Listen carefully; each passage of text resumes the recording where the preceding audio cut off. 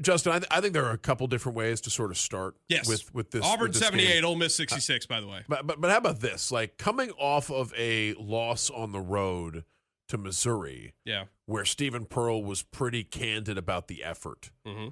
I think there are multiple numbers you can point to where it's like Auburn went out there against Ole Miss and outworked them, outsweat them, outbled them, and it's whether it's points in the paint or whether it's Ole Miss's field goal percentage and how many of those possessions fizzled out, or how about rebounding? Yeah. Oh man, I mean it was crazy. How about this?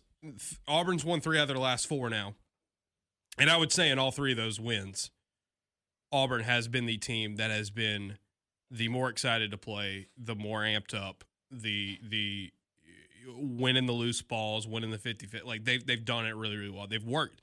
That's what this team's got to do. They're gonna have to scrap. There are parts of this roster and parts of this team in their makeup where it is. I mean, they have negatives. They have flaws, and the only way to work past those flaws and still be able to win, honestly, is you got to work. You can do things strategically, and I think Auburn has. But at the end of the day, we talked about it after, the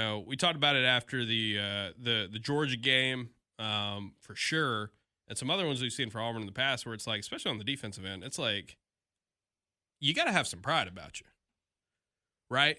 You got to go in there and play with guts and know that if I work hard enough, we might not play well, or we might not play perfectly. We might not play well in some areas, but we can't let the other team just do whatever they want anymore. And I think Auburn in these last 2 games against South Carolina and Ole Miss, albeit bottom half teams in this league, maybe closer to the very bottom of the league overall, these are 2 games, as Stephen Pearl said after the game, they had to win. You had to take care of business. You had to hit your layup against South Carolina. And then it felt like if Auburn was going to win a road game here coming up, after what had happened against Georgia, after what had happened against Missouri, it had to be this one, because their next few home games or road games are Florida, Tennessee, and Arkansas. Yeah.